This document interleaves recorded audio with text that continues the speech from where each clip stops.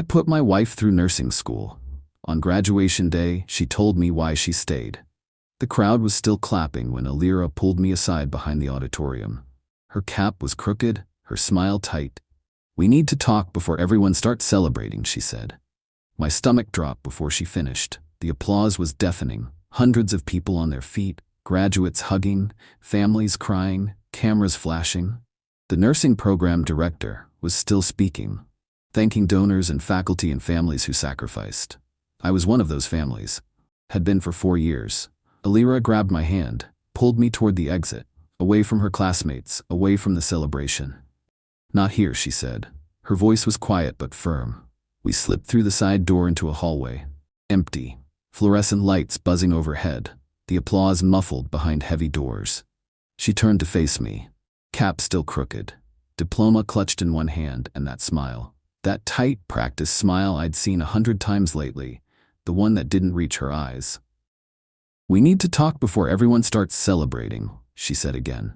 My stomach dropped. Not because I didn't know what was coming, but because I'd been pretending I didn't know for months. Her fingers were cold in mine. "I didn't want to tell you before school ended," she said softly, like she was breaking news about the weather. The hallway smelled like roses and cheap champagne. She was still holding my hand, but her fingers were cold, lifeless, like she was going through the motions, like this was a performance she'd rehearsed. "Tell me what?" I asked, even though I knew, had known for weeks, maybe months. She took a breath, let it out slowly. "I didn't want to tell you before school ended," she said. Her voice was soft, gentle, like she was explaining something simple to a child. "I thought it would be better to wait until I graduated, until things were settled." The hallway smelled like roses. Someone had brought bouquets for the graduates. They sat in vases along the walls, mixed with the smell of cheap champagne someone had spilled earlier. Sweet and sour, celebration and ending. I wanted to pull my hand away, wanted to walk back into the auditorium. Pretend this conversation wasn't happening. But I didn't. I just stood there, waiting, because I'd been waiting for this moment for longer than I wanted to admit. "Tell me," I said quietly. "I've been unhappy for a long time," she continued. No tears, no shaking, just certainty. I stayed because I needed stability. The words came out calm, measured, like she'd practiced them, refined them, made them sound reasonable. "I've been unhappy for a long time, not we've been struggling, not things have been hard, just I've been unhappy, like it was a solo experience, like I wasn't there, like the last 4 years were something that happened to her, not something we went through together." "How long?" I asked. She looked away. "A while." "How long, Alira? Does it matter?" "Yes." She shifted, adjusted her cap. 2 years, maybe more. 2 years, half of nursing school. Half of the time I'd been working 60-hour weeks to keep us afloat. Half of the time I'd been telling myself, just a little longer, just until she graduates. "And you stayed because I needed stability," she said. No hesitation, no shame, just fact. I couldn't focus on school and deal with this. So I waited. My name is Brennan Cade. And in that hallway, with her nursing degree in her hand, I realized the stability she meant wasn't love. It was something I had been financing. I stared at this woman I'd been married to for 6 years. This woman I'd worked myself to exhaustion for. This woman I'd built a life with, or thought I had. The stability she needed wasn't emotional, wasn't romantic, wasn't about partnership or love or building a future together. It was financial, logistical, practical. I'd been funding her education, funding her dream, funding her escape. And I'd done it willingly because I thought we were investing in us. But we weren't. She was investing in herself, using me as the bank, as the safety net, as the stable foundation she could stand on while she built her exit. Through the doors behind us, graduation applause echoed, celebrating achievement, celebrating freedom. And I stood there realizing that for 4 years I'd been financing the end of my own marriage. 4 years earlier, she had sat at our kitchen table, acceptance letter in her hand, eyes wide. "It's my chance," she said. I told her we'd make it work. The letter came in March. Big envelope, official seal. We both knew what it meant before she even opened it.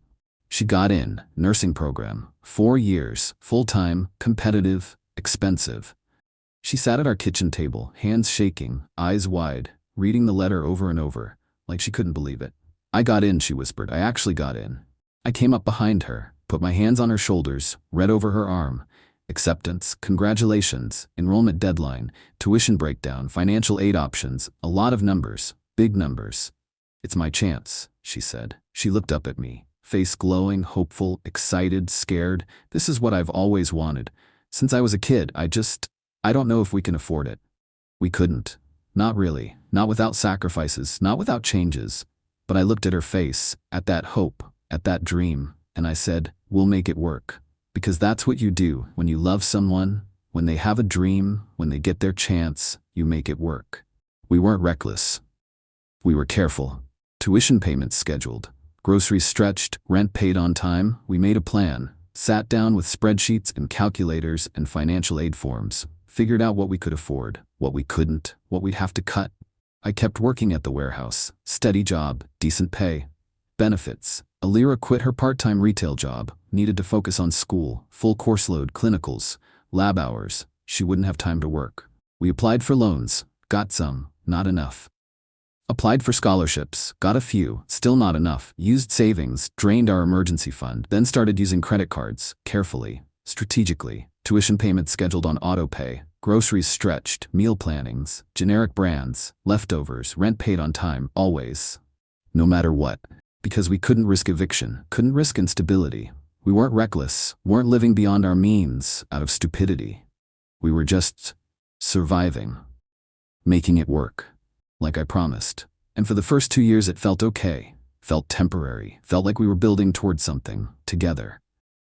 I picked up night shifts at the warehouse, came home smelling like cardboard and diesel. She studied at the table with flashcards. The overtime started in year 2. Tuition went up, loan limits didn't, the gap got bigger. So I started picking up night shifts 4 nights a week, sometimes 5. 10-hour shifts, 11 p.m. to 9 a.m. Come home, sleep 4 hours, wake up, do it again. The work wasn't complicated, just physical. Loading trucks, moving pallets, inventory, repetitive, exhausting. I'd come home smelling like cardboard and diesel, sweat and dust, strip at the door so I wouldn't track grime through the apartment, shower, crash. And when I woke up, Alira would be at the kitchen table, surrounded by textbooks, flashcards spread out, highlighters, notes, studying, always studying. I'd make coffee, sit with her for a few minutes, ask about her day, about her classes, about what she was learning. She'd explain things, anatomy, pharmacology, patient care. I didn't understand most of it, but I listened, because that's what we did. We were partners, we were in this together, or so I thought. We used joint credit cards to survive, promised each other when you graduate, we'll fix everything. The debt grew slowly, then faster. Tuition, books, supplies, groceries, utilities, gas, everything went on credit cards. We didn't have a choice. My income covered rent and insurance, barely. Everything else, credit. We told ourselves it was temporary, an investment. When you graduate, we'll fix everything. That was the plan, the promise we made to each other. Once Alira had her nursing license, she'd get a job, good pay, benefits. We'd pay down the debt, fast, aggressively, get back to zero, maybe even save. Buy a house, start a family, live the life we'd been putting on hold. We believed it, both of us. Had to believe it. Because if we didn't, the weight of the debt would crush us. So we just kept going, kept charging, kept promising, kept hoping. And I kept working, kept sacrificing, kept telling myself it would be worth it, that we were building something, that the struggle was temporary, that love meant enduring the hard parts together. I believed that. All the way until I didn't. Every time she felt like quitting, I said, this is temporary, we're building. And I believed it. There were moments, hard moments, when Alira would break down, cry at the kitchen table, head in her hands, textbooks scattered. I can't do this, she'd say. It's too hard, too much. I'm not smart enough. And I'd sit with her, rub her back, bring her water, tell her she was wrong, that she was smart, that she could do this, that it was just stress, just exhaustion, just the pressure. This is temporary, I'd say. We're building something, and when you graduate, it'll all be worth it. She'd nod, wipe her eyes, take a breath, go back to studying, and I'd go to work, pick up another shift, push through the exhaustion. Because I believed what I was saying, believed we were building something, believed the sacrifice mattered, believed in us. That was my mistake. Not the sacrifice, not the work, not the debt.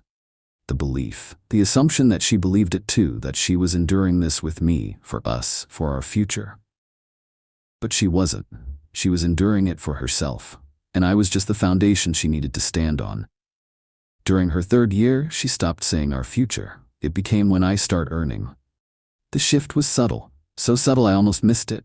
We were talking about money, about debt, about the plan. Once I start working, she said, I'll be able to pay off the cards fast. Not we'll pay them off, not we'll be able to breathe, just I noticed, but I didn't say anything.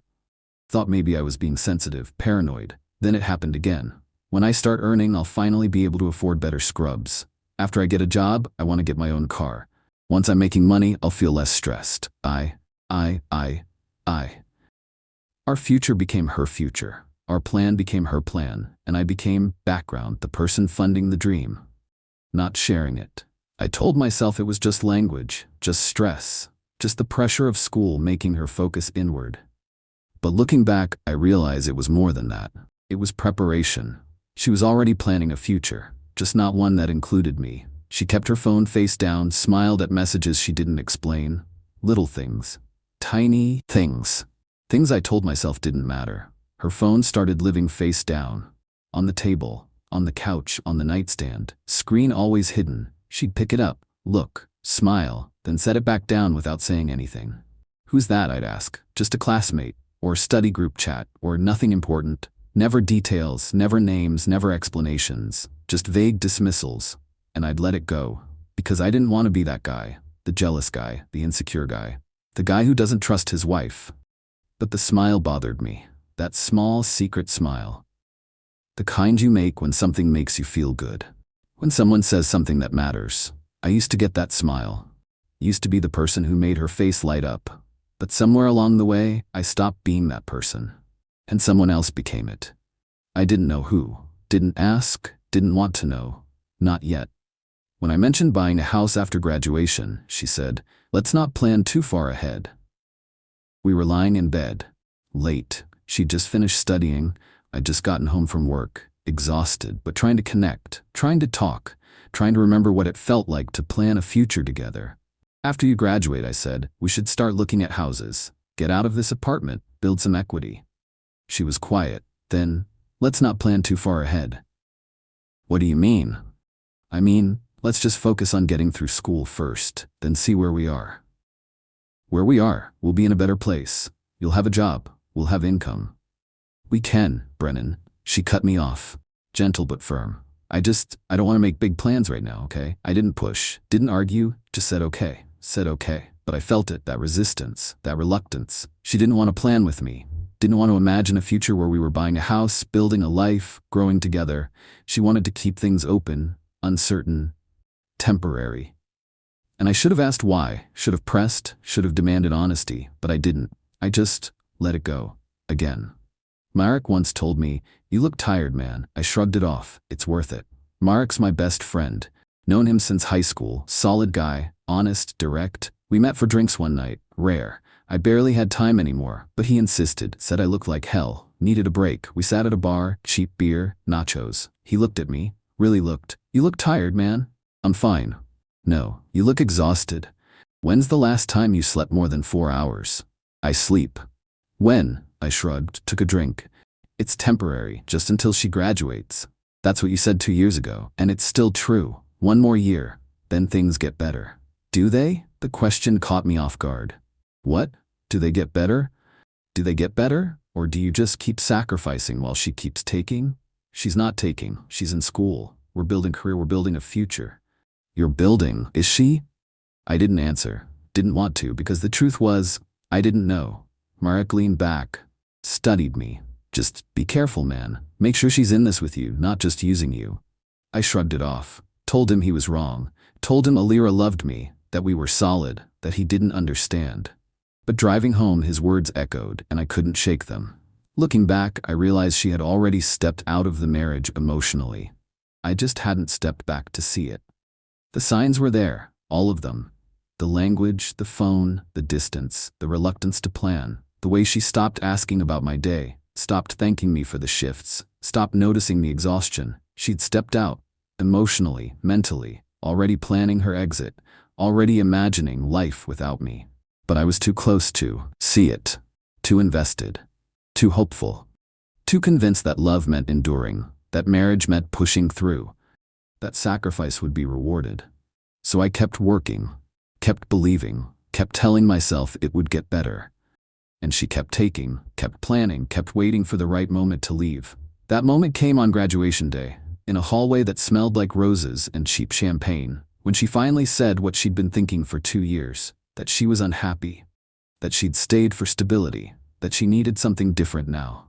And I realized, standing there, holding her cold hand, that I'd been alone in this marriage for longer than I wanted to admit.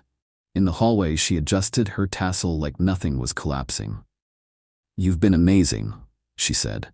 Amazing, past tense. Back in the hallway, present moment, graduation day.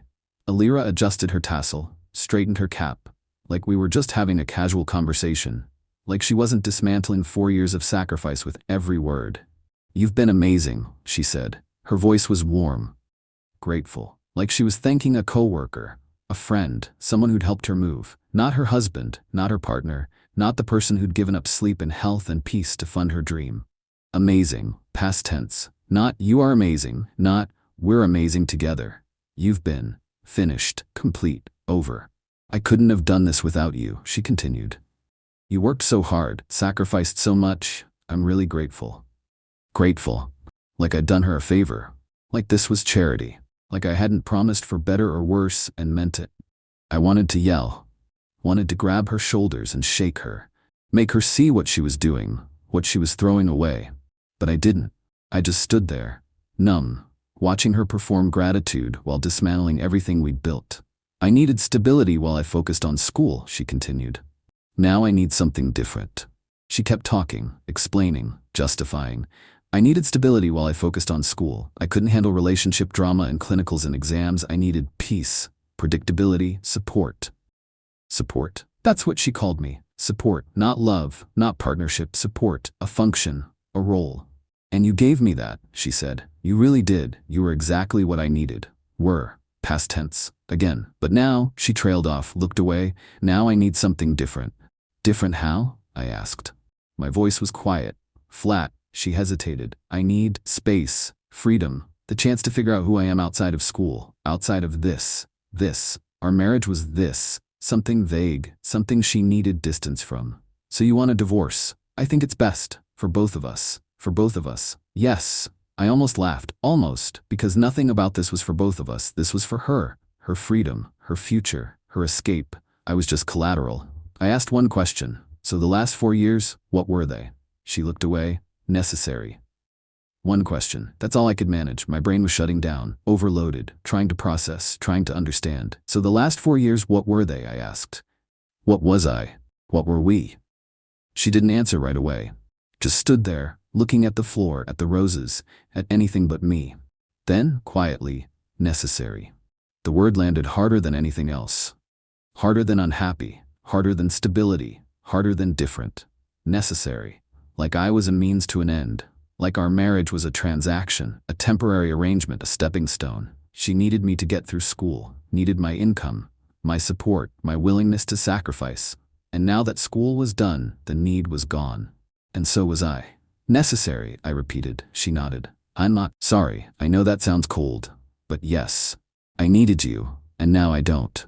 At least she was honest, brutal, but honest. And standing there in that hallway, I realized something. I'd spent 4 years building a foundation for us, but she'd just been using it to launch herself. And now she was leaving me buried under the weight. The word landed harder than anything else that day. Necessary. I'd hear that word in my head for weeks, months, maybe years. The coldness of it, the finality. The reduction of 4 years of love and sacrifice and partnership into one word. Necessary. Like I was a tool, a resource, a phase. Not a person, not a husband, not someone she loved, just something she needed. Temporarily. And now that the need was gone, so was the relationship. I let go of her hand, stepped back. She looked relieved, like my distance gave her permission to breathe.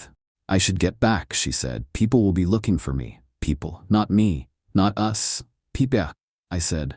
You should go. She hesitated, like she wanted to say something else, something softer, something that would make this feel less brutal. But there was nothing to say, nothing that would fix this. She nodded, adjusted her cap one more time, and walked back into the auditorium, back to the applause, the celebration, the future.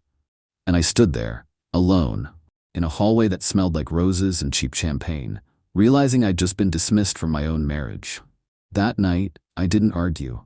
I sat at the kitchen table and opened our credit statements. I went home. Not to our apartment. Just home. Because it didn't feel like ours anymore. Felt like a place I paid for. A place she used. A place we happened to share.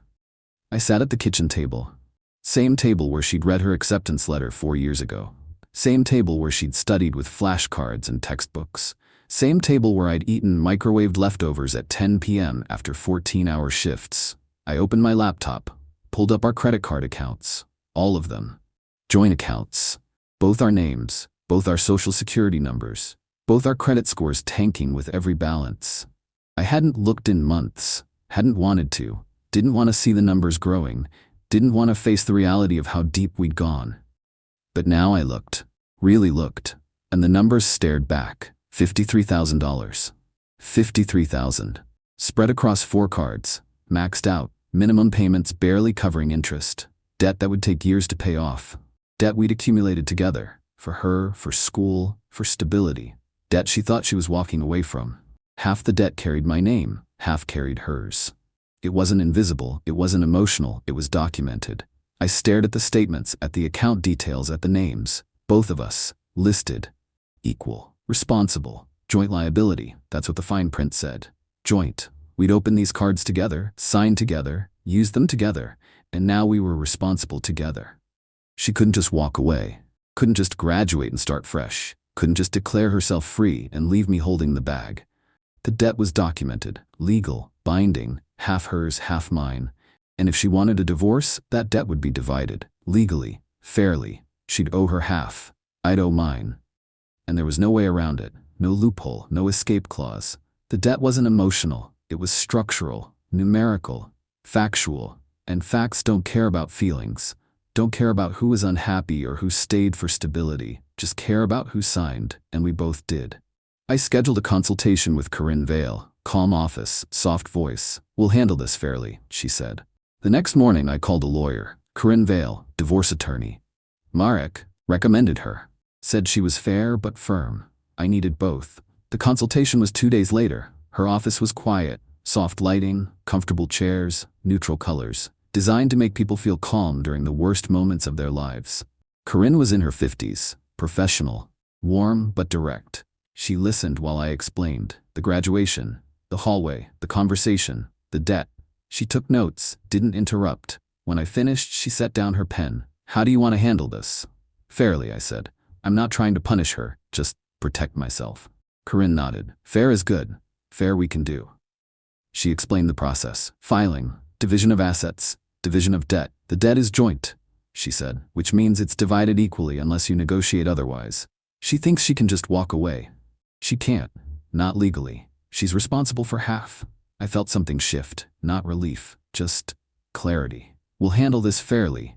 Corinne said, but firmly, she doesn't get to use you and leave you holding the bag. I signed the retainer agreement that day. I separated accounts, stopped extra payments, filed first. Not to punish her, but to stop pretending. I went home, made a list. Logical, methodical. 1. Separate bank accounts, opened a new checking account. Just my name. Transferred my paycheck, left the joint account with exactly enough to cover rent. Nothing more. 2. Stop extra payments. No more paying above minimums on her credit cards. No more covering her expenses. Just what was legally required. 3. File first. Corinne said it mattered. Gave me control of the narrative. Set the tone. I didn't hesitate. Didn't second guess. Just did it.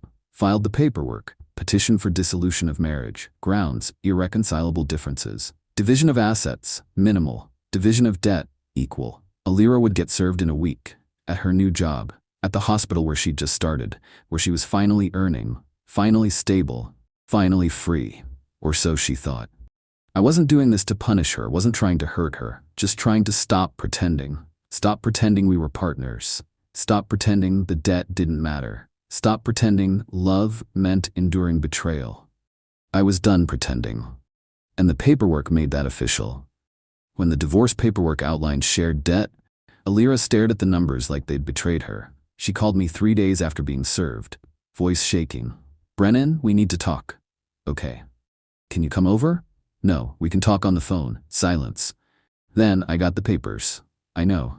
$53,000? You're saying I owe half of that?" "You do. We both do. Joint accounts, joint liability. But that was for school, for me. You agreed to help." "I did help. I worked myself to exhaustion to help. And now we're both responsible for the debt. That's how joint accounts work." "This isn't fair," her voice cracked. "You can't do this to me." "I'm not doing anything to you. I'm just filing for divorce." "Fairly. The debt is split equally. You owe half. I owe half. I can't afford this. I just started working. I have student loans. You have a nursing license, a job, a future you built, and part of building that future was accumulating debt. Your half is your responsibility." "Brennan, please, we can work something out. I'll pay you back slowly, over time. Just don't make me take on that debt all at once." "I'm not making you do anything. The law is, you signed those cards, you're responsible." Silence, long silence. Then, quietly, "I thought you loved me." "I did. But you didn't love me, you needed me. And now that you don't need me anymore, you have to deal with reality." She called me 2 weeks later. "We can work something out, right?" she asked quietly. I answered, "This is what stability costs." 2 weeks later she called again, different tone, softer, pleading. "Brennan, please, can we talk? In person?" I almost said no, almost, but I agreed. Met her at a coffee shop, neutral ground. She looked tired, stressed. Not the glowing graduate anymore, just someone facing reality. "I've been thinking," she started, "about the debt, about everything, and we can work something out, right? We don't have to split it exactly. You made more money, you took on more shifts. Maybe you could."